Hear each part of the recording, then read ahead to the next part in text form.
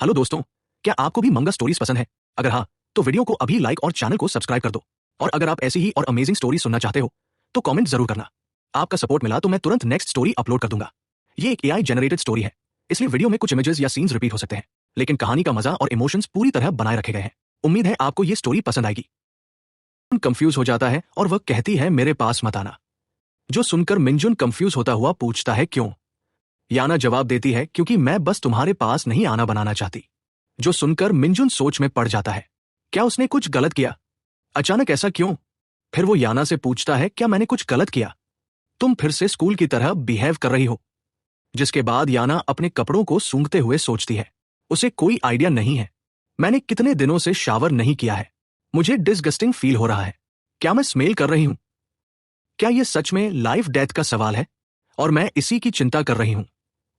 कितना बेवकूफी भरा है यह। अगर इससे भी बुरा कुछ हुआ तो शायद मुझे पता भी ना चले।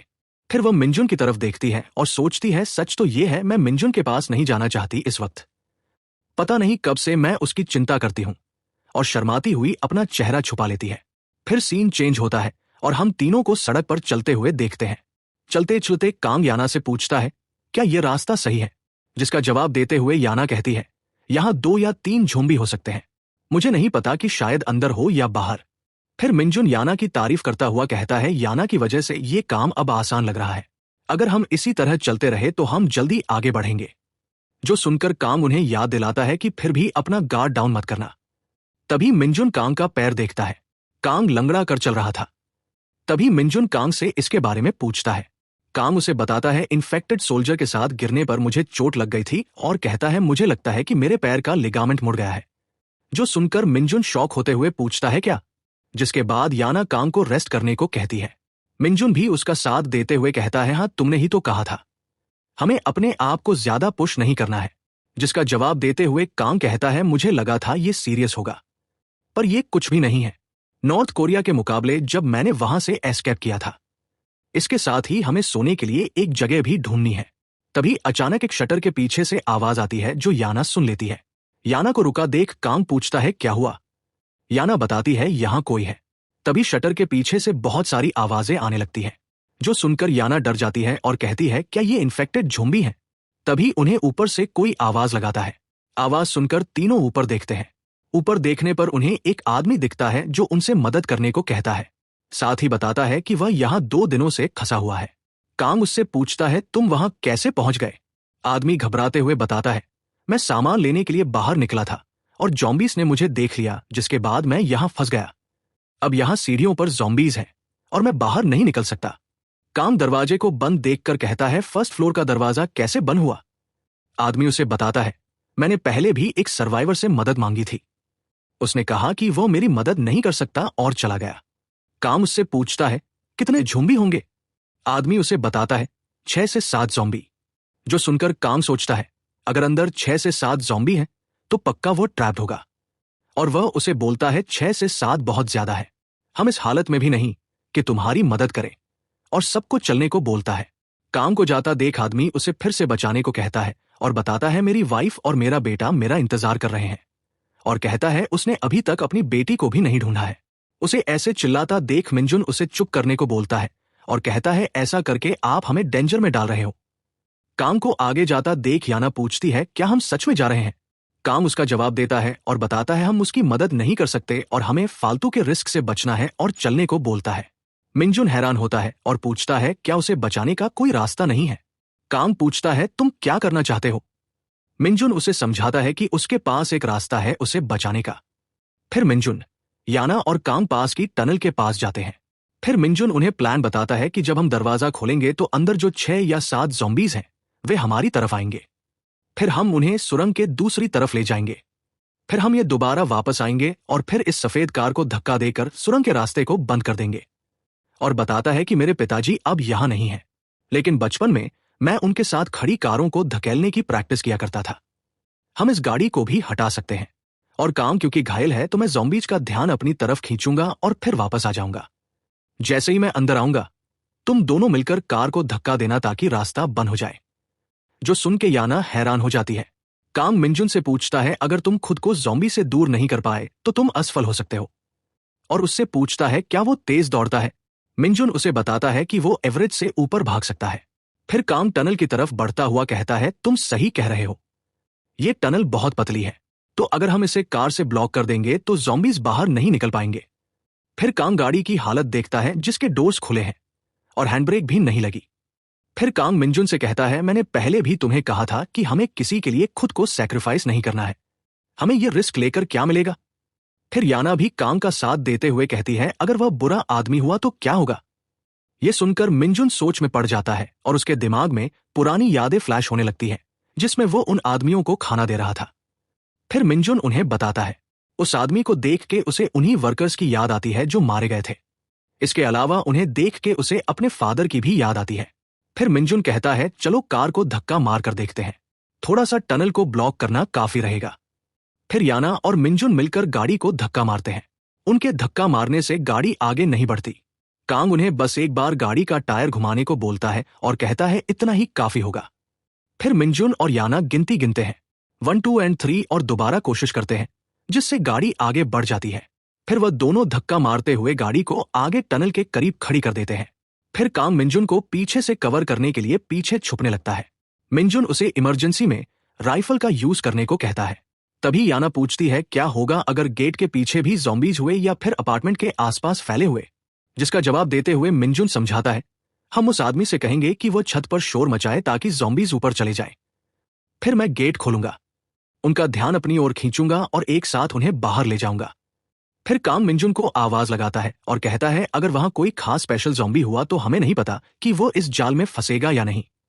उसकी बात का जवाब देते हुए मिनजुन कहता है लेकिन अगर ऐसा होता तो वो वहां फंसा नहीं होता, और कहता है चिंता मत करो सब ठीक होगा। फिर कांग मिनजुन को साफ कहता है किसी भी हालत में मैं सिर्फ अपनी बहन के लिए ही अपनी जान जोखिम में डालूंगा और ये आखिरी बार है, और अब मैं कोई बेवजह का खतरा नहीं उठाऊंगा। जो सुन के मिनजुन कहता है ठीक है, और फिर सारे अपने प्लान को करने के लिए तैयार हो जाते हैं। मिनजुन प्लान के हिसाब से ज़ॉम्बीज का ध्यान खींचता है। फिर मिनजुन ज़ॉम्बीज को अपने पीछे भगाता हुआ चिल्लाता है कीनो अगर तुम्हारी गांड में दम है तो मुझे पकड़ के दिखाओ। ज़ॉम्बीज गंदी गंदी आवाजें निकालते हुए मिनजुन का पीछा करते हैं। छुपे हुए कांग और याना यह सब पीछे से देख रहे होते हैं।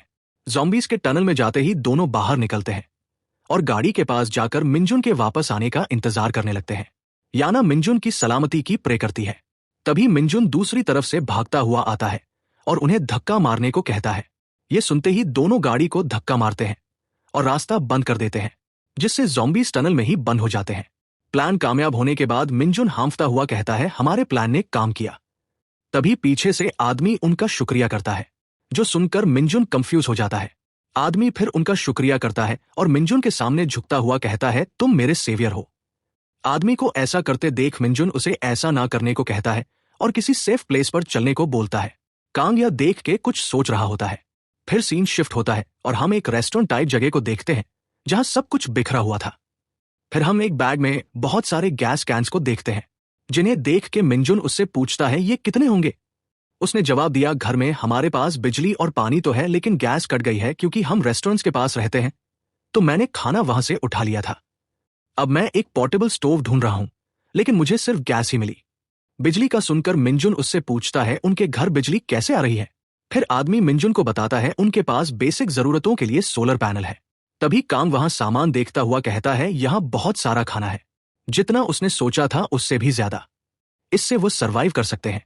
फिर आदमी उन्हें बताता है कि वो रोज अपनी बेटी को ढूंढने जाता है और मिनजुन से पूछता है तुम कहां जा रहे हो।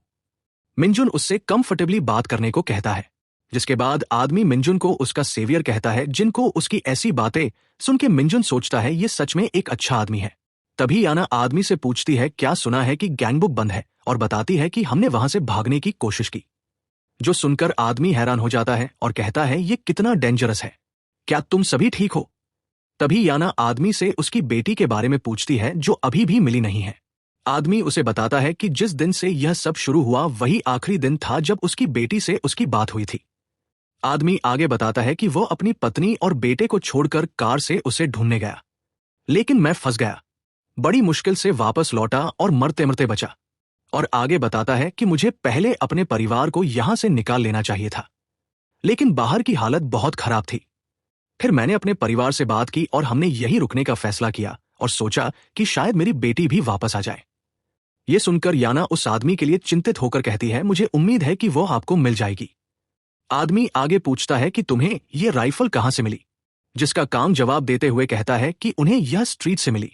जल्दी ही रात होने वाली थी, इसीलिए आदमी उनसे पूछता है तुम लोग कहां सोने वाले हो। कांग उसे बताता है कि वह सोने के लिए जगह ढूंढने जा रहे थे। जो सुन के आदमी उन्हें उसके घर रात बिताने के लिए पूछता है और बताता है कि उसका घर वहीं पास में है और वहां जगह भी ज्यादा है। वहां बिजली, खाना, पानी सब कुछ है जिससे वह आराम से रह सकते हैं। जो सुन के याना और मिंजुन तो चौंक जाते हैं। तभी कांग आदमी को कहता है उसके घर जाकर रहना उनके लिए एक ऑनर की बात होगी। यह सुनकर याना कंफ्यूज होती हुई पूछती है क्या वह इसके लिए सीरियस है। कांग उसे बताता है कि वह सीरियस है। यह सुनकर मिंजुन भी कहता है अगर कांग ने हाँ कर दी तो सब कुछ ठीक है। उसके बाद सभी जाने की तैयारी करते हैं।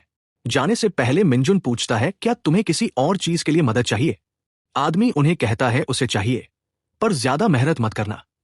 फिर वह चलते चलते आदमी के घर के बाहर पहुंच जाते हैं, जो एक डिटैच्ड घर था जिसमें सोलर पैनल्स, बड़ी दीवारें, आयरन गेट और लोहे की तारों से ढका हुआ था जिसके अंदर पानी भी था। यह सब देख के कांग इसे एक परफेक्ट रिफ्यूज कैंप कहता है और गन को रीलोड करता है। कांग को गन रीलोड करता देख आदमी उससे पूछता है वो गन क्यों रीलोड कर रहा है, जिसका जवाब देते हुए कांग कहता है वो अब तक कई सारे पागल लोगों को मिला है जिसकी वजह से वो थोड़ा कॉशियस है और कुछ नहीं। ये सब आदमी भी देख लेता है और थोड़ा घबरा जाता है। मिंजुन सिचुएशन को संभालता हुआ कहता है उसके दोस्त डेंजरस नहीं है और उसे चिंता करने की कोई जरूरत नहीं है। फिर वो सभी घर के अंदर जाते हैं। तभी सीन शिफ्ट होता है और हम कांग के अपार्टमेंट का सीन देखते हैं, जहां कोई जोर से गेट पर लात मारता है और गेट तोड़ के अंदर आ जाता है। उसके हाथ में एक नाइफ है जो खून से सना है। अंदर आते ही वो कहता है कि वो लगभग आज मर ही गया था। इस एरिया में ज़ॉम्बीज से ज्यादा तो कमीने लोग हैं। उसने अब तक इतने ज़ॉम्बीज को नहीं मारा जितने इंसानों को उसने अब तक मार दिया है। वो फिर यही रेस्ट करने का सोचता है। तभी उसकी नजर कांग के बोर्ड की तरफ जाती है जिसमें उनका गैंगबुक से बाहर निकलने का प्लान है। जो देख के वह कहता है कि उन्होंने यहां रेस्ट किया था और क्या उन्हें कैग मिल गया है। फिर वह सोचता है जंगान स्टेशन, क्या वह सभी वहां से निकलने का सोच रहे हैं। फिर सीन शिफ्ट होता है और हम चारों को एक साथ आदमी के घर के अंदर देखते हैं। अंदर आते ही आदमी अपने लड़के और वाइफ को आवाज लगाने लगता है। आदमी को ऐसे बिहेव करते हुए देखकर कांग सीरियस होते हुए मिंजुन को रुकने को बोलता है। मिंजुन उसकी बात सुनकर कंफ्यूज हो जाता है। फिर कांग उसे कहता है कि वो पहले अंदर जाएगा। मिंजुन उसकी बात मान जाता है और फिर आदमी सीधा अपने घर के अंदर जाता है और अपने लड़के और वाइफ को ढूंढने लगता है। तभी उसी के पीछे कांग भी अंदर आता है। उसके हाथ में गन होती है। अंदर आता हुआ कांग सोचता है क्या हो अगर ये आदमी हमें फंसा रहा हो, और सोचता है बुरे से बुरा क्या ही होगा, हम इस घर को बाय फोर्स ले लेंगे। तभी उसकी आंखें चौड़ी हो जाती है। हम देखते हैं कि आदमी अपने बेटे और वाइफ को मिलकर रोने लगता है। बेटा और वाइफ उसे देख के बहुत रोते हैं। उसकी वाइफ उससे पूछती है उसने इतना टाइम कहाँ लगा दिया। वो बहुत डर गए थे, उन्हें लगा कि वह मर गया है। लड़का अपने डैडी को हक करता है। आदमी अपने बेटे और वाइफ से लेट आने के लिए माफी मांगता है। यह देखकर कांग का चेहरा रिग्रेट से भर जाता है। फिर आदमी अपनी फैमिली को मिंजुन और उसके दोस्तों से मिलवाता है। वो कहता है कि इन्हीं लोगों ने उसकी जान बचाई थी। जो सुनकर उसकी वाइफ उनका धन्यवाद करती है। फिर हमें पता चलता है कि आदमी की वाइफ का नाम मून जून है। वह 45 साल की है और वह एक हाउसवाइफ है। फिर वो खाना बनाने के लिए जाने लगती है और कहती है तुम यहां आराम से रेस्ट कर सकते हो, इसे अपना ही घर समझो। वो आगे ये भी कहती है पानी आ रहा है, इसीलिए अगर उन्हें नहाना है तो वह नहा सकते हैं। शावर की बात सुनकर याना हैरानी से पूछती है क्या वह सच में नहा सकते हैं। जो सुनकर मून कहती है जरूर, तुम नहा सकते हो। फिर मून अचानक याना का हाथ पकड़ लेती है और उसकी खूबसूरती की तारीफ करती हुई पूछती है वो कितने साल की है और तुम जैसी इतनी खूबसूरत लड़की इतने खतरे में बाहर क्या कर रही है, तुम तो पक्का एक सेलिब्रिटी होगी। इतनी तारीफ सुनकर याना ब्लश करते हुए कहती है थैंक यू, और आप भी बहुत खूबसूरत हो। मिंजुन उनकी बातें ध्यान से सुन रहा होता है। फिर यह सुनकर मून शांत हो जाती है और कुछ मोमेंट्स के बाद बोलती है मेरी बेटी भी तुम्हारी उम्र की ही होगी। उसने इसी साल अपना कॉलेज स्टार्ट किया है, पर वो कुछ दिन पहले ही गायब हो गई है। जिसके बाद याना उसे बताती है कि उसने उनकी बेटी के बारे में सुना है और कहती है वो जरूर ठीक होगी। फिर मून याना को आराम करने को बोलती है, ये कहते हुए कि उसे वे सब बातें नहीं करनी चाहिए थी, और साथ ही उसे बताती है कि खाने का इंतजाम वो खुद कर लेगी। जो सुन के याना कहती है मैं आपकी मदद कर सकती हूं। मून यह सुन के कहती है उसकी जरूरत नहीं है, तुमने पहले ही मेरे पति की जान बचाई है और तुम्हारी हाइट भी मेरी बेटी जैसी ही है। अगर तुम्हें साफ कपड़े चाहिए हो तो मुझे बताना। तभी मिंजुन की नजर सीढ़ियों के पास खड़े उनके बेटे की तरफ जाती है, जो ये सब डर के साथ देख रहा था। जैसे ही वह देखता है कि मिंजुन उसकी तरफ देख रहा है, वह सीढ़ियां चढ़कर वहां से गायब हो जाता है। लड़के को ऐसा करते देख मंजुन समझ जाता है कि वह इनका बेटा है और उसकी हाइट देखकर समझ जाता है कि वो एलिमेंट्री स्कूल में है। फिर मिंजुन कांग के पास जाता है और उसके पैर के बारे में पूछता है। कंग फिर अपने पैर को देखता है जो बहुत ज्यादा सूजा हुआ होता है। अपना पैर इतना सूजा देख के कंग कहता है, अगर हो सके तो हमें यहाँ थोड़ा ज्यादा रेस्ट करना चाहिए। और आगे कहता है, फिर भी एहतियात के तौर पर हमें घर की जांच करनी चाहिए, ये सुनिश्चित करने के लिए कि सब कुछ सुरक्षित है। ये सुनकर मिंजुन उसकी तारीफ करते हुए कहता है, तुम तो सच में कभी भी अपना गार्ड डाउन नहीं करते। तुम्हारी सर्वाइवल माइंडसेट वाकई अलग ही लेवल की है। फिर हम याना को देखते हैं जो बाथरूम में शावर ले रही थी। शावर लेते हुए उसे यकीन नहीं हो रहा था कि वो फाइनली शावर ले रही है। वो सोचती है कि अगर वो शावर ना करती तो वो पसीने की स्मेल से ही मर जाती। फिर वो मिंजुन की प्लानिंग और उसकी हिम्मत देख के सोचती है, वो अचानक इतना कूल क्यों एक्ट करने लग गया। ये उसे बिल्कुल भी सूट नहीं करता। ये बहुत अनिंग है। मुझे कभी नहीं लगा था कि उसमें इतनी हिम्मत आएगी, पर किसी तरह उसमें बहुत हिम्मत आ गई है। अगर उसने दोबारा ऐसा कोई स्टंट करने की कोशिश की तो मैं उसे सच में रोक दूंगी। फिर शाम के 6:30 बजे सब खाना खाने के लिए टेबल पर आ जाते हैं। सभी खाना खाने लगते हैं। तभी मिंजुन कहता है, बहुत दिनों बाद हम एक प्रॉपर खाना खाने वाले हैं। फिर आदमी बोलता है, मैंने सुना है तुम गैंग बाग से एस्केप करने की प्लानिंग कर रहे हो। वो आगे पूछता है कि क्या उन्हें पता है गैंग बाग जाने वाले सभी ब्रिजेस और रोड्स बंद कर दिए गए हैं, तो तुम वहां कैसे जाने की प्लानिंग कर रहे हो। कंग उसे बताता है, हम पूर्व की ओर लाइन 5 अंडरग्राउंड टनल से होकर जाने के बारे में सोच रहे थे। अगर वो बंद ना हुई तो हमें यकीन है हम इसे क्रॉस करके ईस्ट साइड जा सकते हैं। लाइन 5 का सुनकर आदमी चौंक जाता है। वह बताता है कि यह वही जगह है जहां लास्ट टाइम उसकी बेटी ने उससे कांटेक्ट किया था। तब वह गंगनारू स्टेशन पर थी जो लाइन 5 पर है। फिर हमें आदमी के बारे में बताया जाता है जिसका नाम एसयू जहन है, जिसकी उम्र 50 साल है और वह एक कॉलेज में प्रोफेसर है। एसयू की बेटी के बारे में जान के कंग चौंक जाता है और सोचता है, गंगनारू नदी के पास लाइन 5 के आखिरी स्टॉप्स में से एक है जो यहां से लगभग 6 से 7 स्टेशन दूर है, जो जंगान स्टेशन से शुरू होता है। यही हमारी आखिरी मंजिल है, नदी पार करने से पहले का अंतिम स्टेशन। आगे प्लान के बारे में बताता है, हमारा प्लान था कि हम जंगान स्टेशन से नदी पार करें और फिर अंडरग्राउंड टनल से ग्वांगारू स्टेशन की तरफ जाएं। और अगर तुम्हारी लड़की अभी भी जिंदा है तो जरूर वो वहीं कहीं आसपास होगी। जिसके बाद एसयू बताता है, यही मैं भी सोच रहा था। वो आगे बताता है कि वो अपनी बेटी को ढूंढने के लिए गंगनारू स्टेशन की तरफ कार चलाकर गया था, लेकिन रास्ते में फंस गया। उसे अपनी कार छोड़नी पड़ी और फिर पैदल चलते चलते जंगान स्टेशन तक पहुंचना पड़ा। पर वहां पहुंचकर उसने देखा जंगान स्टेशन ऑलरेडी ज़ॉम्बीज से भरा हुआ था और पैदल चलकर गंगनारू स्टेशन तक जाना बहुत दूर था और मैं अपने परिवार को पीछे छोड़कर अकेले नहीं जा सकता था। कंग कहता है, सही है, ग्वांगारू यहां से लगभग 10 किलोमीटर दूर है। और पूछता है, क्या यहाँ के रास्ते भी इतने खतरनाक हैं कि गाड़ी चलाना मुश्किल है। एसयू जवाब देता है और बताता है, वो ये तो नहीं कह सकता कि उसने हर रास्ता देखा है, लेकिन ज्यादातर रास्ते छोड़ी हुई गाड़ियों या मलबे से बंद है, इसीलिए आगे बढ़ना बहुत मुश्किल है। थोड़ी दूर तक तो गाड़ी चला सकते हो, लेकिन अगर रास्ते में गाड़ी फंस गई तो वो बहुत खतरनाक हो सकता है। कंग ये सुन के सोचता है, तो मतलब गाड़ी चलाना तो लगभग नामुमकिन ही है। तब याना बोलती है, मुझे लगता है कि हमने अभी तक ठीक से एक दूसरे का परिचय नहीं कराया, और हंसने लगती है। जो सुन के एसयू कहता है, अरे हाँ, माफ करना, मुझे ये पहले ही कर लेना चाहिए था। मैं एक यूनिवर्सिटी में पढ़ाता हूं। फिर सभी अपने आप को इंट्रोड्यूस करते हैं और ऐसे ही सोने का समय हो जाता है। फिर याना, मंजुन और मून की बेटी के कमरे में होते हैं। मून याना को कहती है, तुम यहां सो जाओ और कंग और मिंजुन मेरे बेटे के कमरे में सो जाएंगे और मेरा बेटा हमारे साथ सो जाएगा। जो सुनकर मिंजुन मून को मना करने लगता है और कहता है कि मैं और कंग लिविंग रूम में सो जाएंगे। जो सुनकर मून तो खुश हो जाती है और याना को कहती है, फिर तो तुम्हें यहां कंफर्टेबली सोना चाहिए, तुमने बहुत दिनों से एक प्रॉपर नींद नहीं ली होगी। जो सुनकर याना मंजुन की तरफ देखती है और फिर कहती है, इट्स ओके, मैं अपने दोस्तों के साथ लिविंग रूम में ही सो जाऊंगी। ये सुनकर मिंजुन तुरंत कहता है, याना तुम्हें यही बेड पर कंफर्टेबल होकर सोना चाहिए और अच्छे से रेस्ट करनी चाहिए। जो सुन के याना कहती है, मैं लिविंग रूम में ही सोऊंगी। जो सुनकर मिंजुन पूछता है, क्यों, क्या तुम्हें अकेले सोना अच्छा नहीं लगता? पहले तो तुम मेरे पास बैठकर भी परेशान हो जाती थी और अब अचानक इतने फ्रेंडली कैसे हो गई हो? क्या तुम्हें अकेले सोने से डर लगता है ये सुन के याना मिंजुन की बात से गुस्सा हो जाती है और उसे मारने लगती है। साथ ही कहती है, कहा ना कि मैं ठीक हूं, क्या तुम्हें एक बार में समझ नहीं आता?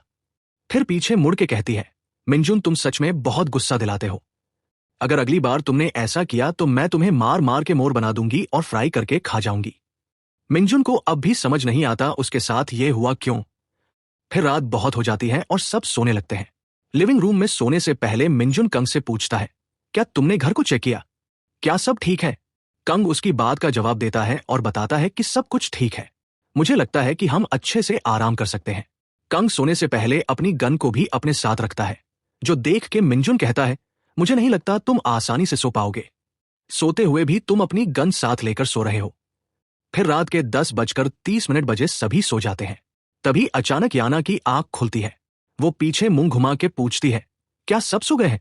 और आगे कहती है, लगता है कंग तो गहरी नींद में सो गया और मैं भी जाग रही हूं। याना की आवाज सुनकर मिंजुन उसकी तरफ फेस करता है और कंफ्यूज होते हुए पूछता है, तुम सोए नहीं?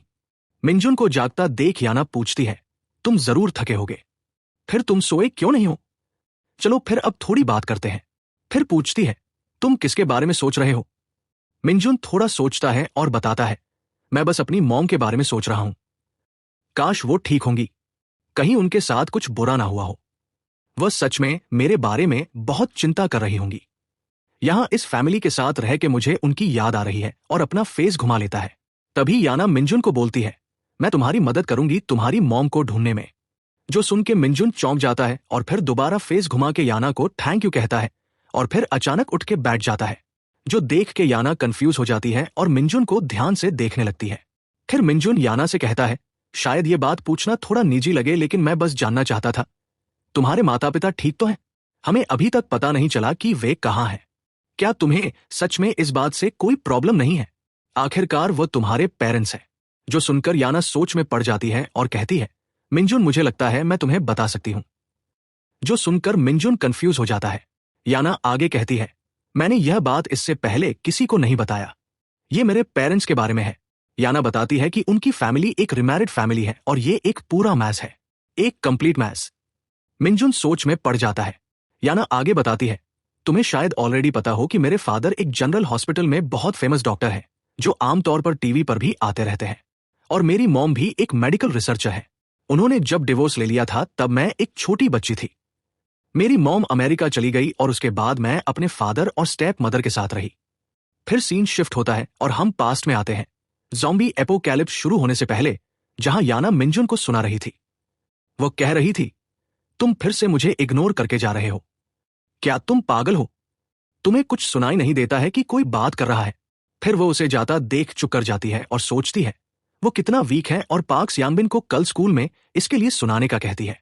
फिर वो अपार्टमेंट बिल्डिंग के मेन डोर को खोलती हुई सोचती है, वो मंजुन को बेचारा नहीं कह सकती।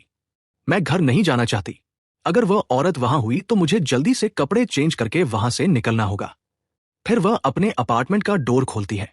वह देखती है कि अपार्टमेंट में चारों तरफ हील्स और शूज, साथ ही और सामान बिखरा हुआ है और साथ ही कमरे में से कुछ करने की आवाजें आ रही हैं। आवाजों को सुनकर वह सोचती है, वो औरत बिल्कुल पागल है। मेरी स्टेप मदर खुलेआम मेरे पापा की कमजोरियों का फायदा उठाकर धोखा दे रही है और पापा हॉस्पिटल के काम में इतने व्यस्त होते हैं कि घर नहीं आ पाते। याना अपने कपड़े चेंज कर ही रही होती है कि तभी पीछे से उसकी स्टेप मदर चिल्लाती हुई आती है और बोलती है, वो आज फिर इतनी जल्दी घर क्यों आ गई? याना कहती है कि वह बस जाने वाली है।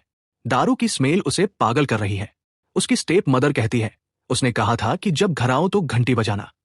याना कहती है, मैं अपने ही घर में घुसने के लिए घंटी क्यों बजाऊं?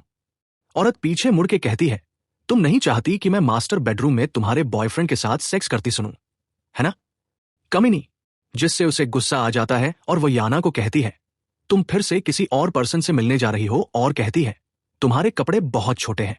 फिर याना उसे कहती है, इससे क्या फर्क पड़ता है मैं किसी और से मिलने जाऊं या नहीं? यहां तुम अकेली हो जो ओपनली चीट कर रही है। जो सुनकर उसकी स्टेप मदर कहती है, क्या तुम मुझे मारना चाहती हो? तभी पीछे से उसका बॉयफ्रेंड आ जाता है और पूछता है, हनी ये कौन है? क्या ये तुम्हारी लड़की है? मॉम उसे बताती है कि यह उसकी नहीं, उसके हस्बैंड की बेटी है। जो याना अपने फोन में रिकॉर्ड कर लेती है और कहती है, क्या उसे ये वीडियो डैड को भेज देनी चाहिए? जो सुन के उसके बॉयफ्रेंड की तो फट जाती है। वो घबरा जाता है। तभी मॉम अपने बॉयफ्रेंड को चुप कराती हुई कहती है, भूल जाओ इसे और याना को धमकी देती है, आगे बढ़ो और भेज दो। साथ ही सिगरेट फूंकने लगती है। फिर हमें उसके बारे में बताया जाता है। उसका नाम चोई सूजन है। वो 36 साल की है। ये एक रिटायर्ड एक्ट्रेस है जो अब एक इन्फ्लुएंसर बन गई है। जो सुन के याना उसका रिएक्शन देख के पूछती है, क्या? मॉम उसे फिर से आगे बढ़ने और वीडियो भेजने के लिए कहती है। अगर तुम्हारे पापा को पता भी चल जाए तो क्या वो कुछ कहेंगे? उस आदमी की कमजोरियां मेरे पास है, जिससे मैंने उसे पकड़ रखा है, इसलिए वो बच नहीं सकता। वो खुलासा करती है कि उसके पास अपने पति के खिलाफ ब्लैकमेल करने के लिए कई राज हैं और वो उसे चुप रहने के लिए मजबूर कर सकती है। वो धमकी देती है कि अगर उसकी सौतेली बेटी ने उसका साथ नहीं दिया तो वो उसके पिता के सारे राज सबको बता देगी। वो समझाती है कि अगर उसके पिता और उसका तलाक हो गया तो वो सब कुछ खो देगा और उसका अस्पताल भी दिवालिया हो जाएगा। हंसते हुए सौतेली माँ याना को चुनौती देती है कि वो अपने पिता से तलाक की बात करे। वहीं उसका बॉयफ्रेंड बस तमाशा देखता है। सब्र टूटने पर याना अपनी स्टेप मदर को कोसती है, जिससे उसकी स्टेप मदर उसकी हिम्मत देखकर हैरान रह जाती है। स्टेप मदर याना पर हमला करने की कोशिश करती है, लेकिन उसका बॉयफ्रेंड उसे रोक लेता है और कहता है कि वो बहुत ज्यादा नशे में है। फिर स्टेप मदर याना को अपमानित करती है और कहती है कि वो अपनी माँ जैसी ही है, बहुत खराब स्वभाव वाली। गुस्से में वो याना पर चिल्लाती है कि वो हमेशा के लिए वहां से चली जाए और उसकी नजरों के सामने से गायब हो जाए। बिना कुछ कहे याना दरवाजा जोर से बंद कर देती है और आखिरकार उस जहरीले घर को छोड़ देती है। पार्क में चलते हुए याना तय करती है कि वह कभी उस घिनौने घर में वापस नहीं जाएगी। गुस्से और दृढ़ निश्चय के साथ वो कसम खाती है कि वो फिर कभी वहां कदम नहीं रखेगी। अकेली और अंधेरे में वो बिना किसी मंजिल के चलती है और सोचती है कि काश दुनिया ही खत्म हो जाए। कुछ समय बाद हम एक बार का सीन देखते हैं जहां वह मस्ती करने गई है। वहां एक लड़की खुशी से गा रही है, जबकि याना अपने मोबाइल पर अचानक मचे हंगामे की खबरें देखती है। एक औरत को मैसेज मिलता है और वो घबरा जाती है क्योंकि उसकी मां का गंभीर एक्सीडेंट हो गया है। सड़क पर चलते हुए याना अपने मोबाइल पर कई अलर्ट देखती है और उलझन में पड़ जाती है। अचानक एक डरावनी चीख उसकी ओर ध्यान आकर्षित करती है और वह डरी हुई आगे देखती है। लोग उसकी ओर भागते हुए चिल्ला रहे हैं, भागो। वो कुछ समझ नहीं पाती। फिर सीन चेंज होता है। याना सीढ़ियों पर झुककर भारी सांस लेती है और सोचती है कि वो मुश्किल से ही खतरे से बच पाई है। तस्वीर में इमरजेंसी सीढ़ी दिखाई देती है जहां लड़की ने अस्थायी शरण ली है। वह इमरजेंसी सर्विस को कॉल करने की कोशिश करती है, लेकिन लाइन व्यस्त है। इसलिए वह अपने पिता को फोन करती है, लेकिन वह जवाब नहीं देता। याना सोचती है कि वो हमेशा अपने पिता की आखिरी प्रायोरिटी रही है। उसकी आंख से आंसू बहने लगते हैं क्योंकि उसे अपनी मां की याद आती है जो बहुत दूर है। हताश होकर लड़की सोचती है कि वह किससे मदद मांगे, क्योंकि उसकी मां भी कुछ नहीं कर सकती। ज्यादा विकल्प ना होने पर वह अपने मोबाइल को पकड़ती है और उस इंसान को कॉल करने का फैसला करती है जिससे वो सबसे ज्यादा नफरत करती है। अपनी हताशा में याना अपनी स्टेप मदर को फोन करती है, उम्मीद करती है कि शायद वह मदद कर दे। महिला चिड़चिड़े अंदाज में फोन उठाती है और पूछती है कि याना क्या चाहती है, क्योंकि वो अभी बहुत व्यस्त है। याना बताती है कि वह सीढ़ियों पर फंसी है और उसे मदद चाहिए क्योंकि इमरजेंसी लाइनें काम नहीं कर रही हैं। हैरानी से वह सुनती है कि उसकी स्टेप मदर उसे खुद ही अपनी समस्या सुलझाने को कहती है। वह कहती है कि उनकी बिल्डिंग में भी अफरा तफरी मची है और फोन काट देती है। मोबाइल स्क्रीन पर कॉल एंडेड दिखता है और लड़की समझ जाती है कि उसे फिर से उसकी स्टेप मदर ने अकेला छोड़ दिया है। अकेली और निराश वह चुपचाप बैठी रहती है, ये सोचते हुए कि अब वो क्या करे।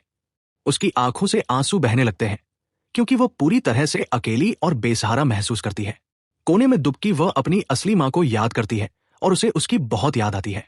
इसी पल वर्तमान में वो कहानी खत्म करते हुए कहती है कि उसकी सौतेली मां ने उसे छोड़ दिया और उसके पिता ने कभी उसकी खोज नहीं की। इसी वजह से वह कहती है कि अब वह ना तो उनसे मिलना चाहती है और ना ही जानना चाहती है कि वह कहाँ है। उदास नजर से याना बताती है कि इस वक्त उसे सिर्फ अपनी असली मां की याद आती है। मिंजुन पूछता है कि क्या उसकी मां अब भी अमेरिका में है, तो याना बताती है कि उसकी मां ने उससे संपर्क करने की कोशिश की पर उसने उसका जवाब नहीं दिया। मिंजुन सब समझ जाता है और याद करता है कि इसी वजह से वो विदेश में पढ़ाई करना चाहती थी। वो अपनी मां को ढूंढना चाहती है। याना बताती है, जब उसकी मां अमेरिका के लिए निकल रही थी तो उसने अपनी मां को कुछ ऐसा बोल दिया था जो उसे नहीं बोलना चाहिए था। एक ऐसी बात जिसने उन्हें बहुत हर्ट किया। यहां तक कि अब भी इस डिजास्टर के टाइम में मैं कॉल करने के लिए हिचकिचा रही हूं। अगर मैं अभी कॉल करती भी हूं तो भी वह मेरी हेल्प नहीं कर पाएगी। तो अब मेरे पास कोई भी नहीं है। मिंजुन सोच में पड़ जाता है और उसे कहता है, तुम अकेली नहीं हो, तुम्हारे साथ मैं हूं। कॉन्गोर साथ में सरवाइव करने का वादा करता है। वह बड़ा करता है कि हर मुसीबत में वह उसके साथ रहेगा और उसका साथ देगा। याना यह सुनकर ब्लश करने लगती है। रात बहुत हो जाती है, इसलिए दोनों सो जाते हैं। हम रात में ज़ॉम्बीज़ को देखते हैं जो घर के बाहर आवाजें निकाल रहे हैं और यहां वहां घूम रहे हैं। सुबह होना शुरू हो जाती है और हम काम को देखते हैं जिसके हाथों में राइफल है जो शांति से सो रहा है। सीन चेंज होता है और हम काम के सपने में देखते हैं जहां वो जख्मी हालत में नीचे पड़ा है और कोई उसे मार रहा है। अबे नालायक, क्या तुझे भी तेरे माता पिता की तरह घसीट कर ले जाऊं और तेरे सिर में भी गोली मार दूं? क्या हुआ? अब गला भर आया। अपने गद्दार चाचा को दोष दे जो साउथ कोरिया भाग गया और जोर जोर से हंसने लगता है। कांग उसे छोड़ने की भीख मांगता है। वो हंसता हुआ कहता है, तू और तेरे बेकार भाई बहन हमेशा गंदगी में ही जीने के लायक हो। यही तुम्हारी किस्मत है। अचानक कांग के कानों में गाड़ी के इंजन की आवाज आती है। वो पूरी तेजी से अपनी गन उठाता है। प्रोफेसर उससे पूछता है, क्या तुमने वह सुना? लगता है कोई कार बाहर आई है। कांग उसे बाहर जाकर चेक करने को कहता है। मेन गेट के पास जाता हुआ कांग सोचता है कार के दरवाजे खुलने और बंद होने की आवाज। ये क्या हो रहा है? अगर इंजन की आवाज पर ज़ॉम्बीज़ रिएक्शन देते हैं तो ये बहुत खतरनाक हो सकता है। कौन बेवकूफ यहां कार लेकर आया है? तभी उसका ध्यान लॉन में रखी सीढ़ी पर जाता है। वह सीढ़ी लगाता है जो बाहर की तरफ गन पॉइंट करके निशाना लगाकर देखता है। जो बाहर था वो उसे देखकर हैरान रह जाता है। कंग देखता है कि बाहर दो लड़के खड़े हैं जो आपस में बात करते हैं, जिनमें से एक इस घर को चेक करने के लिए कहता है और हो सकता है शायद यहां लोग हो। घर के आसपास लगी बाब वायर को देख के दूसरा कहता है, लगता है यहां लोग हैं और हो सकता है कि हमारे आसपास ज़ॉम्बीज़ हो। दूसरा उसे जल्दी करने को कहता है, कहीं ज़ॉम्बीज़ हमारे पास ना आ जाए। उसके हाथ में एक गन भी होती है। गन को देखकर कंग उन पर राइफल पॉइंट करता हुआ चिल्लाता है, अपने वेपन्स को नीचे फेंक दो और हाथों को ऊपर कर लो। जो देखकर लड़के हैरानी से अपने हाथ ऊपर करते हैं और डरी हुई आवाज में बोलते हैं, तुम हमें डरा रहे हो। लड़के ने अभी भी अपनी गन नीचे नहीं रखी होती, जिससे कंग उन्हें धमकी देता है। अगर उन तीनों ने 3 सेकंड में गन नीचे नहीं रखी तो वह उनके अंदर बहुत सारे छेद कर देगा। लड़का गन नीचे रख देता है। कंग उसे 3 मीटर पीछे जाने को बोलता है और सोच में पड़ जाता है उन्हें ये गन कहां से मिली होगी। फिर लड़का हाथ ऊपर करके पूछता है, तुम कौन हो? कंग उल्टा उसको ही उनके बारे में बताने के लिए बोलता है और कहता है, क्या वो लुटेरे हैं? दूसरा लड़का बताता है, हम वैसे लोग नहीं हैं। कंग उससे पूछता है, तुम यहां वेपन्स के साथ आए हो? तुम्हें क्या लगता है कीनो, तुम किससे झूठ बोल रहे हो? लड़का समझता है कि उसे लगा था कि ये एक खाली घर है। कंग उससे फिर पूछता है, उसे ये गन कहां से मिली? पहला लड़का बताता है, हमें ये गन एक डेड बॉडी से मिली थी। और आगे बताता है, उसे देखकर ऐसा नहीं लग रहा था कि वह एक सोल्जर है। जो सुनकर कंग चिल्लाता है, तुम लोग मुझसे झूठ बोल रहे हो। एक सिविलियन के पास गन, तुम्हें क्या लगता है ये अमेरिका है? डरा हुआ लड़का कसम खाता है और बोलता है, उससे क्या फर्क पड़ता है, हमें ये गन कहां से मिली? उल्टा यहां तुम हो जो राइफल के साथ है। कंग बताता है, यह गन मिलिट्री द्वारा बहुत ज्यादा यूज की जाती है, पर इसे देखकर नहीं लगता कि यह किसी मिलिट्री या पुलिस वाले की है।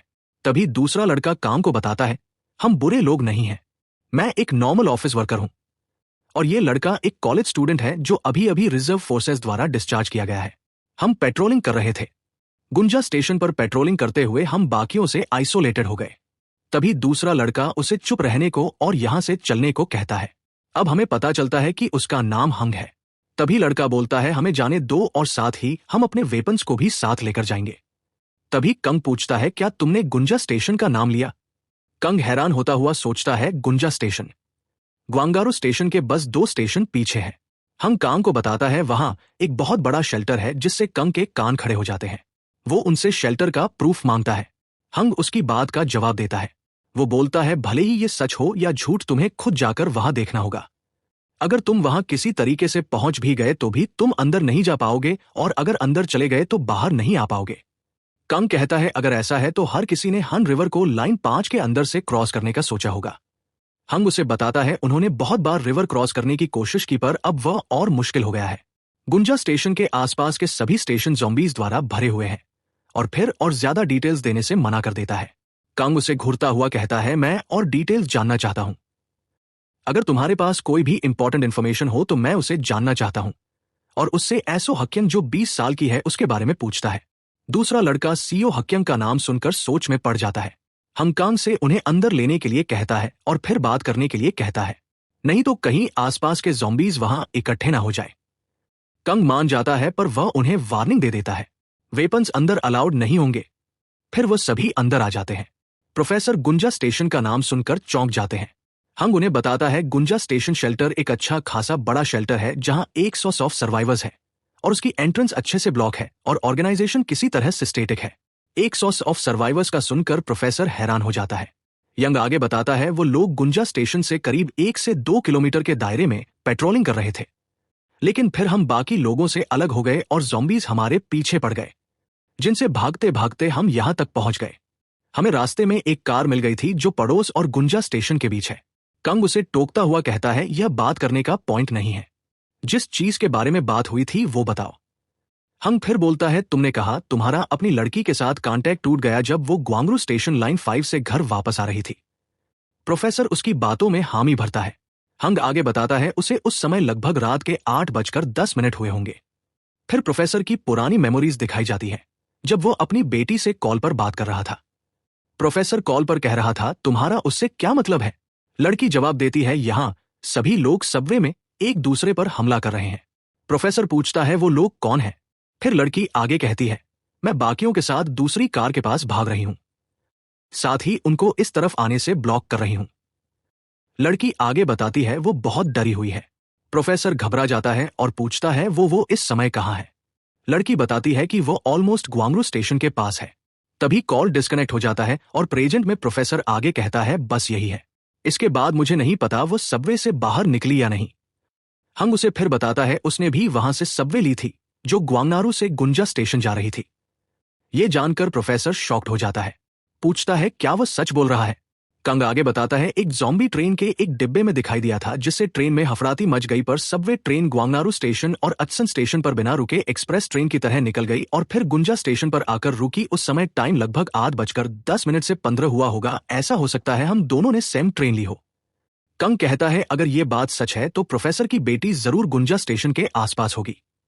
प्रोफेसर हंग से घबराता हुआ पूछता क्या तुमने मेरी लड़की को वहां देखा। उसका नाम सियो हक है। प्रोफेसर उसे अपनी बेटी की फोटो दिखाता है। फोटो देखने से पहले ही हंग कहता है वहां बहुत सारे लोग हैं, मैं ये नहीं कह सकता कि मैंने उसे देखा होगा। फिर दोनों फोटो देखते हैं। दोनों लोग फोटो को ध्यान से देखते हैं, लेकिन उन्हें बिल्कुल भी नहीं पता चलता कि ये लड़की कौन है। ह्यूम कहता है असल में सबवे के अंदर 200 से भी ज्यादा लोग थे, इसलिए उन्हें याद नहीं है कि यह लड़की वहां थी या नहीं। बहुत सारे ज़ॉम्बीज ट्रेन में घुस गए थे, इसलिए उन्हें एक और संभावना लगती है कि शायद ज़ॉम्बीज ने इस लड़की को पहले ही मार दिया हो या फिर वह किसी तरह बचकर गुंजा स्टेशन के अंदर शेल्टर में चली गई हो।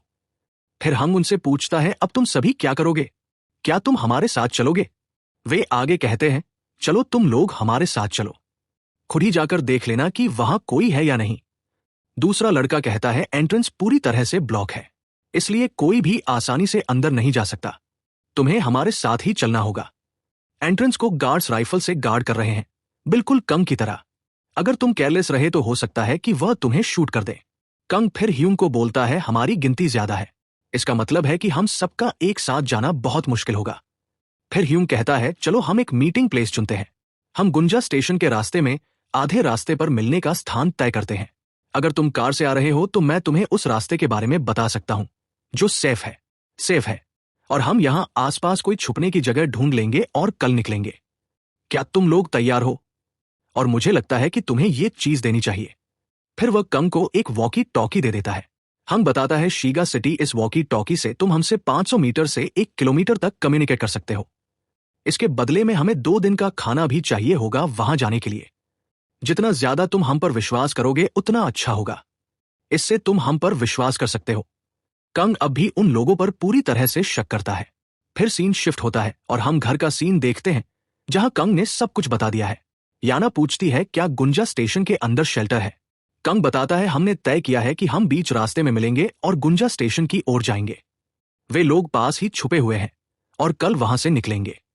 याना पूछती है अगर ये लोग झूठ बोल रहे हैं तो हम क्या करेंगे। कंग कहता है मुझे नहीं लगता कि ये लोग झूठ बोल रहे हैं। ऑल्दो उनके पास वेपन्स भी थे, फिर भी मुझे नहीं लगता वो बुरे लोग हैं। हम सोच रहे थे कि हम कल सब कुछ छोड़कर चले जाएं। वो प्रोफेसर से पूछता है इसके बारे में आप क्या सोचते हैं, आप क्या करेंगे। फिर कंग कहता है अगर हम सब एक साथ चलने की कोशिश करेंगे तो तुम्हारे परिवार के लिए बहुत खतरा हो सकता है। हम पैदल नहीं जा सकते, लेकिन अगर हमारे पास 6 सीटर व्हीकल होगा तो हम आसानी से तुम्हारे परिवार को भी वहां ले जा सकते हैं। चिंता मत करो। हम व्हीकल वाले रास्ते से ही जाने की कोशिश करेंगे। लेकिन अगर कार बीच में बंद हो गई तो मैं गारंटी नहीं दे सकता कि तुम लोग सेफ रहोगे या नहीं। और जब भी खतरा आएगा मैं पहले अपनी सुरक्षा देखूंगा। फिर तुम्हारी प्रोफेसर तुम्हें अपने परिवार का ध्यान खुद ही रखना होगा, इसलिए पहले अच्छे से सोच लो। फिर मून प्रोफेसर को आवाज लगाती है। वह देखती है कि वह पूरी तरह से सोच में डूबा हुआ है। फिर सीन शिफ्ट होता है और हम याना को देखते हैं जो बहुत सारा खाना पैक कर रही है। वो सोचती है हम कल निकल रहे हैं तो उसे बहुत सारा सामान पैक कर लेना चाहिए। अगर प्रोफेसर की फैमिली भी साथ जाएगी तो मुझे और सामान पैक करना होगा। इसके लिए मुझे एक बैकपैक चाहिए। तभी वह सोचती है, लेकिन मिंजन कहाँ गया है? फिर हम देखते हैं कि याना सीढ़ियों से ऊपर जा रही है। तभी कमरे के अंदर से बातें करने की आवाज आती है। हम मिंजुन और प्रोफेसर के बेटे को बातें करते देखते हैं। मिंजुन कहता है मुझे ज़ॉम्बी टाइप गेम पसंद है जिसका नाम रेजी है। हुजुन बताता है वह भी ये गेम खेल रहा है लेकिन वह एज रिस्ट्रिक्शन की वजह से इसे नहीं खेल पाता। वो आगे बताता है कि पर फिर भी वो ये गेम बिना अपने पेरेंट्स को बताए खेल रहा है। वो आगे बताता है कि वह बड़ा होकर एक गेम डेवलपर बनना चाहता है, बिल्कुल रे गेम के डेवलपर्स की तरह। मिंजुन उसे कहता है तुम पढ़ाई में अच्छे हो, मुझे पूरा यकीन है तुम यह कर सकते हो। फिर याना आती है और कहती है तुम दोनों तो बहुत क्लोज लग रहे हो। मिंजुन कहता है हम बस मर्दों वाली बातें कर रहे थे और कुछ खास नहीं। फिर याना दीवार पर लगे एक पोस्टर को देखती है जिसमें लड़कियां हैं।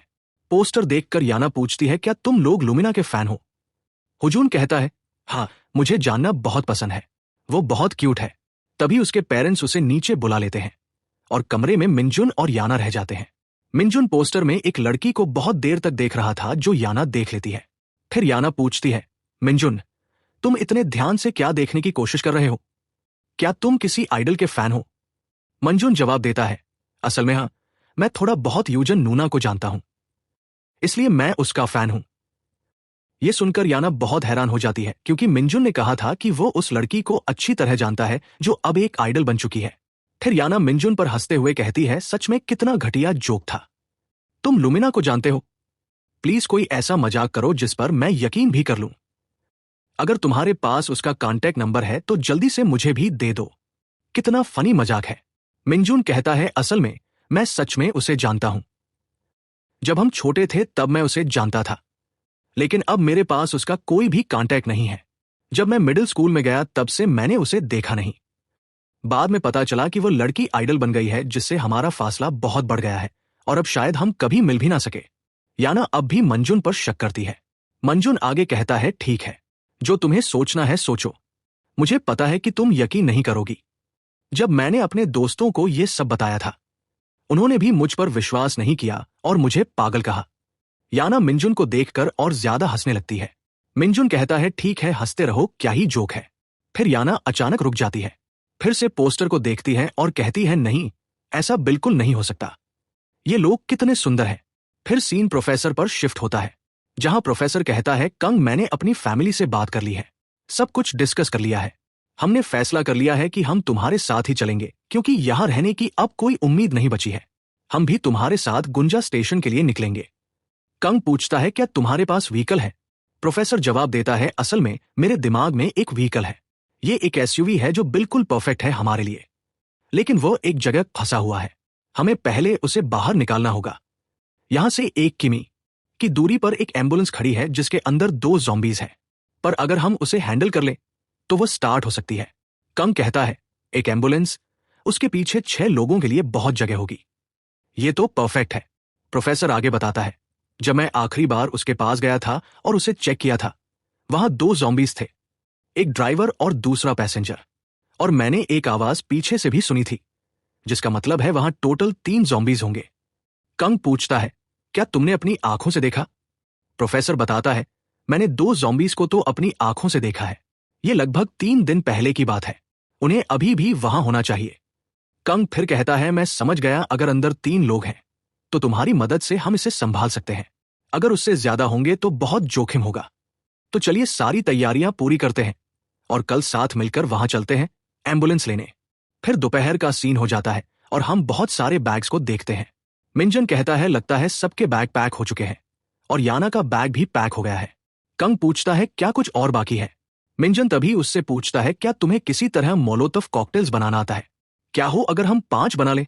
दोस्तों मैं आपको बता दूं, मोलोटोव्स एक साधारण हाथ से बनाया गया आग लगाने वाला बम है जिसमें आमतौर पर एक बोतल में पेट्रोल भरकर आग लगाई जाती है। मोलोटोव्स का सुनकर कंग पूछता है, मोलोटोव्स? मिंजन कहता है, हाँ, मुझे लगता है हमें इनकी आगे जरूरत पड़ सकती है। कंग उसका जवाब देता है, मोलोटोव एक अच्छा आइडिया है। फिर सीन शिफ्ट होता है और रात हो जाती है। सभी सो रहे होते हैं पर कंग जगा होता है। तभी वॉकी टॉकी बजता है और हंग कहता है, क्या तुम्हें व्हीकल मिली?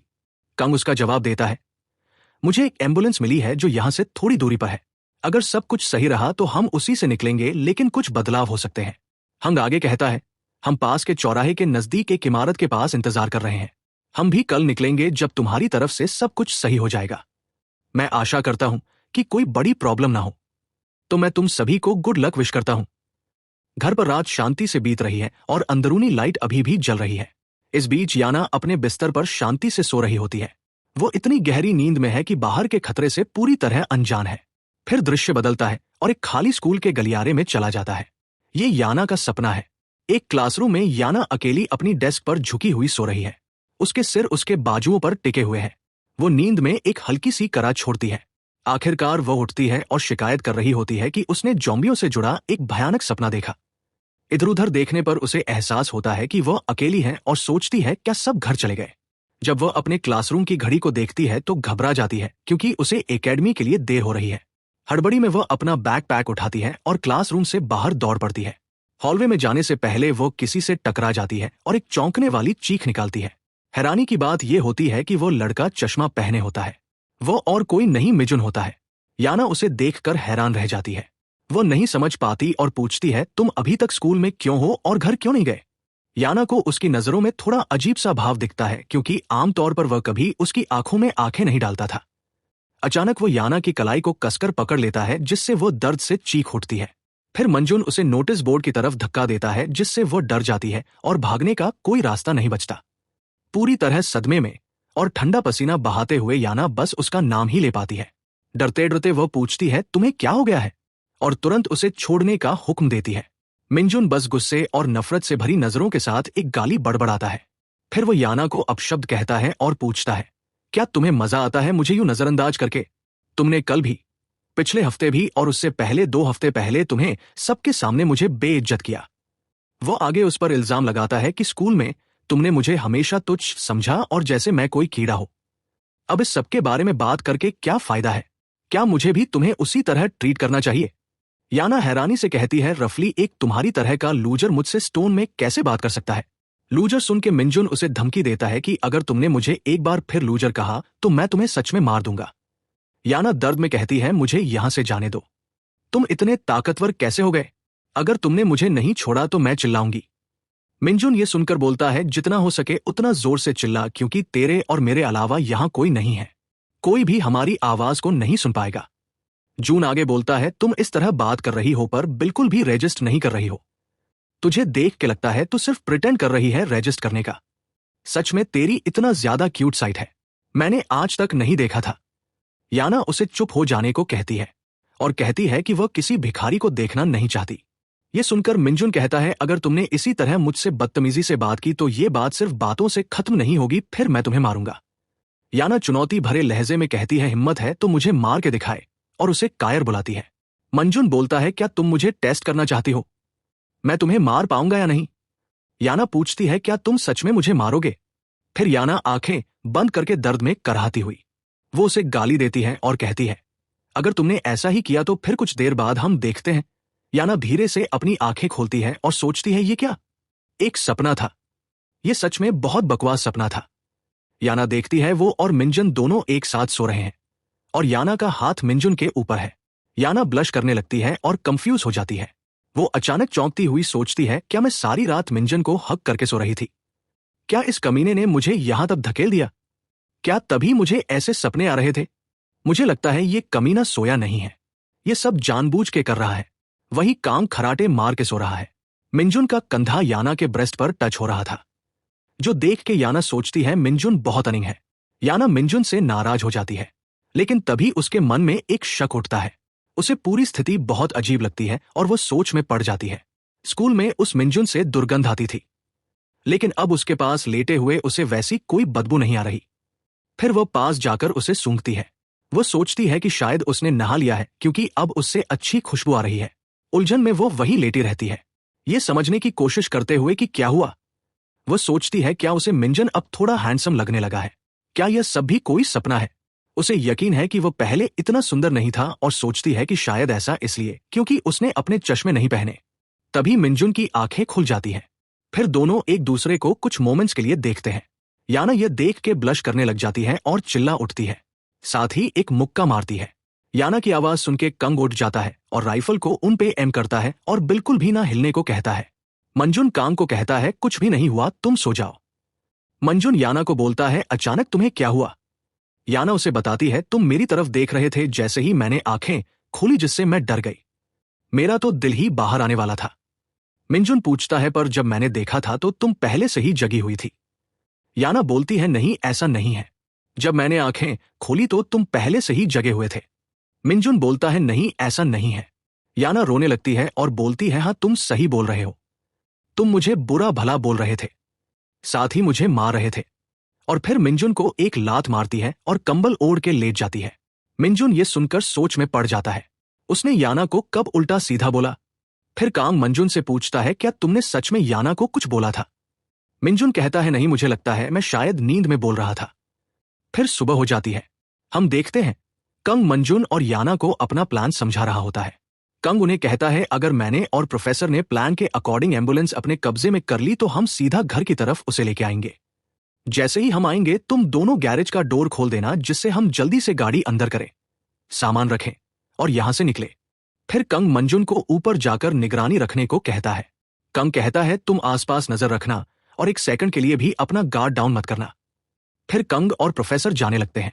याना कंग को अपना ध्यान रखने को कहती है। मून भी प्रोफेसर को ध्यान रखने का कहती है।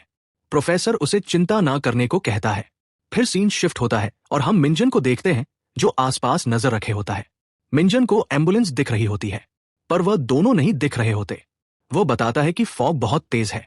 याना मिंजुन के पास बैठी कहती है मैं होप करती हूं कि सब कुछ ठीक है, उन्हें गए हुए 1 घंटा हो गया है। मिंजुन कहता है उन्होंने कहा था व्हीकल यहां से 1 किमी दूर है, ज़ॉम्बी से बचते हुए भी उन्हें लगभग 30 मिनट लगेंगे। पर अचानक मिंजन चौंक जाता है और कहता है पर उन्होंने कहा था एम्बुलेंस के अंदर ज़ॉम्बीज हैं, पर उन्हें ज़ॉम्बीज को हैंडल करने के लिए कुछ टाइम लगेगा। मिंजुन और याना सामने की तरफ देख रहे होते हैं। तभी उन्हें गन शॉट्स की आवाज आती है, जो सुनकर याना बोलती है क्या तुमने वो गन शॉट्स की आवाज सुनी। मिंजुन क्या ये कंग ने फायर किए हैं। मिंजुन मना करता है। वो बताता है कि कंग के पास जो राइफल है उसकी आवाज इससे थोड़ी अलग है। याना पूछती है अगर ऐसा है तो फिर ये गन शॉट्स किसके। मिंजुन थोड़ा सोच के बताता है शायद ये गन शॉट्स उन लोगों के हो सकते हैं जो कल आए थे। अचानक याना अपने मुंह और नाक को हाथ से बंद कर लेती है, जो देख के मिंजुन उससे पूछता है उसे क्या हुआ। याना घबराती हुई बताती है उसे वही गंदी स्मेल आ रही है और बताती है कि उनकी तरफ कुछ आ रहा है। तभी उन्हें किसी के चिल्लाने की आवाज आती है जो कह रहा था डोर को खोलो। मिंजन दूरबीन से देखता है। वो देखता है वहां हंग भागता हुआ गेट खोलने को कहता है। उसके हाथ में गन और फेस पर ब्लड था। वो उसे देख के पहचान लेता है। याना मंजुन से पूछती है क्या हुआ। मंजुन बताता है ये वही लोग हैं जो कल आए थे, पर उसे ये अजीब लगता है कि उनकी व्हीकल कहां है जिससे वो कल आए थे। वो कहता है कि उसके साथ एक और आदमी था। फिर हम गेट पर आंखें खटखटाने लगता है और चिल्लाता है जल्दी से गेट खोलो, जल्दी करो और गेट खोलो। मिंजन उससे पूछता है तुम्हारा दूसरा साथी कहां है। हंग बताता है उसके ऊपर अटैक हुआ और वह मारा गया, और पूछता है कंग वापस आया क्या। वो रेडियो का जवाब क्यों नहीं दे रहा। वो चिल्ला के बोलता है एक मॉन्स्टर अपीयर हुआ है जिसे गोलियों से मारना बिल्कुल यूजलेस है। फिर मिंजन दूरबीन से देखता है। उसे कुछ दिखता है जिसे देख के वह चौंक जाता है। वो देखता है कि उनकी तरफ एक बहुत मोटा ज़ॉम्बी बढ़ रहा है जो बोल रहा है याना तुम कहां हो। ज़ॉम्बी को देख के मिंजुन को याद आता है कि ये सियांगन का दोस्त बोंगू है। फिर सीन शिफ्ट होता है जहां पर हम मिंजुन के पास्ट को देखते हैं, जब वो गेम खेल रहा था और अचानक गेम में एक मोटा ज़ॉम्बी अपीयर हो गया था जिससे सब दूर भाग रहे थे। फिर मिंजन सोचता है अगर ये सच है तो जो बात मुझे अब तक परेशान कर रही थी वह सच है। दुनिया का एंड नजदीक है। वो परेशानी शायद सच है। फिर हम बोंगयू को देखते हैं जो याना का नाम लिए आगे बढ़ता जा रहा था। फिर सीन शिफ्ट होता है। हम कुछ समय पहले का सीन देखते हैं। कंग और प्रोफेसर एम्बुलेंस के पास पहुंच चुके थे। कंग एम्बुलेंस की सीट पर 2 इन्फेक्टेड देखता है। वो पूछता है, अगर हम एम्बुलेंस स्टार्ट कर ले, क्या हम यहां से निकल पाएंगे? प्रोफेसर आसपास देखता है और बताता है, सारा रोड क्लियर है। अगर वो इसे स्टार्ट कर पाए तो जरूर वो आराम से निकल जाएंगे। पर हम ज़ॉम्बीज को कैसे हैंडल करेंगे? तभी अचानक कंग को गन शॉट्स की आवाजें सुनाई देती है। प्रोफेसर आवाज सुनकर पूछता है, ये कैसी आवाज थी? और कंग से पूछता है, क्या उसने व्हीकल सिक्योर कर ली है? कंग सोचता हुआ कहता है, जल्दी करो, यहां एक प्रॉब्लम है। और प्रोफेसर को बताता है, जो लोग उन्हें कल मिले थे, ये उनकी गन के शॉट्स हैं। ये सुनकर प्रोफेसर सोच में पड़ जाता है और पूछता है, उनके साथ क्या हुआ होगा? कंग उसे जल्दी करने को कहता है।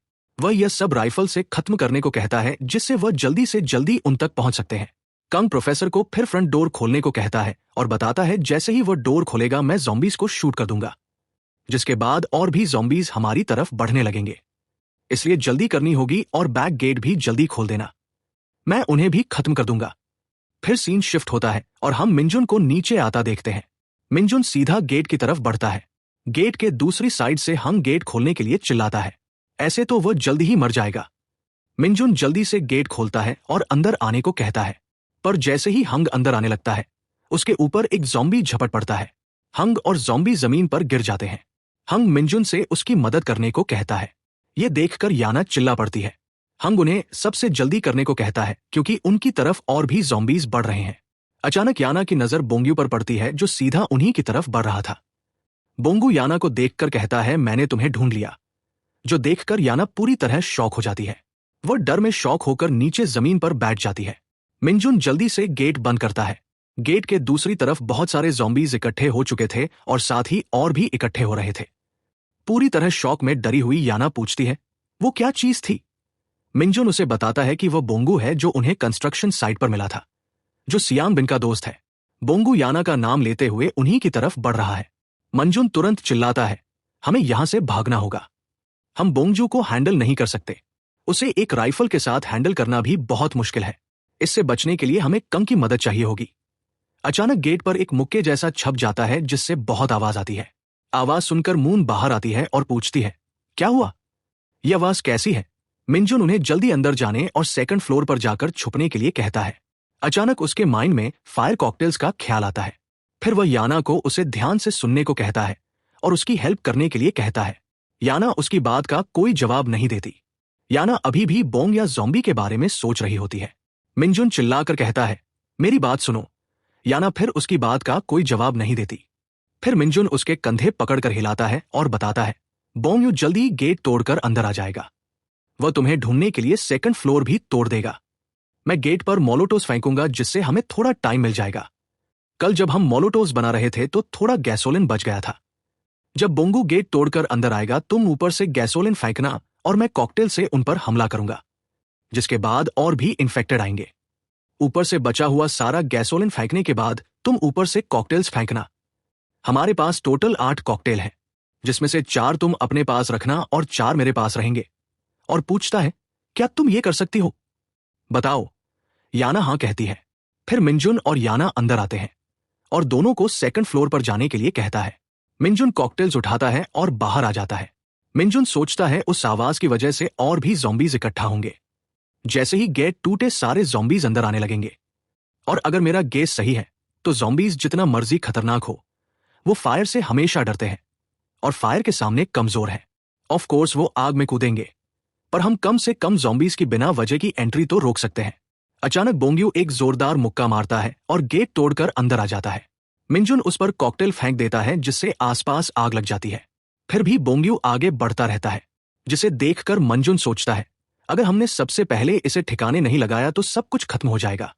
बोंगू ऊपर देखता है, जो देखकर याना बोलती है, तुमने मुझे ढूंढ लिया।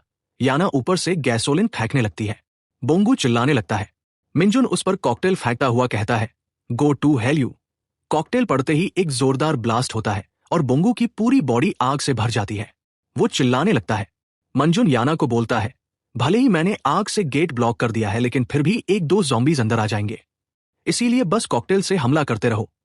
तभी अचानक एक ज़ॉम्बी गेट से मिंजुन की ओर बढ़ने लगता है। मिंजुन के पास कॉकटेल्स की कमी होने लगती है। अगर ऐसे ही चलता रहा तो ये और भी डेंजरस हो जाएगी। वो यहां से बचकर सिर्फ राइफल की मदद से ही निकल सकते हैं। वो देखता है कि सेकंड फ्लोर पर याना के पास सारी कॉकटेल्स खत्म हो चुकी है। फिर मिंजुन भी अपनी आखिरी बची कॉकटेल फेंकने लगता है, लेकिन उससे पहले ही ज़ॉम्बी उस पर हमला कर देता है, जो देखकर याना चिल्ला पड़ती है। मून के पास अभी भी एक कॉकटेल होती है। वो पूछती है कि उन्हें क्या करना चाहिए। याना कहती है, अगर ये हमने नीचे फेंकी तो मिंजन भी ज़ॉम्बी के साथ मर जाएगा। याना नीचे जाने लगती है और कहती है, कुछ मोमेंट्स तक होल्ड करो, मैं तुम्हारी हेल्प करने के लिए आ रही हूं। जो सुनकर मिंजन उसे मना करता है और ऊपर ही छुपे रहने को कहता है। मिंजुन फिर सोचता है अगर ऐसे ही और ज़ॉम्बीज आते रहे तो जल्द ही सब कुछ खत्म हो जाएगा। अचानक ज़ॉम्बी के सर पर कुछ हिट होता है जिससे वह मर जाता है। ज़ॉम्बी का खून सीधा मिंजुन के फेस पर गिरता है और उसकी आंखें बंद हो जाती है। जैसे ही फिर उसे आवाजें सुनाई देती है, जल्दी से उठ जाओ, जल्दी करो। मिंजुन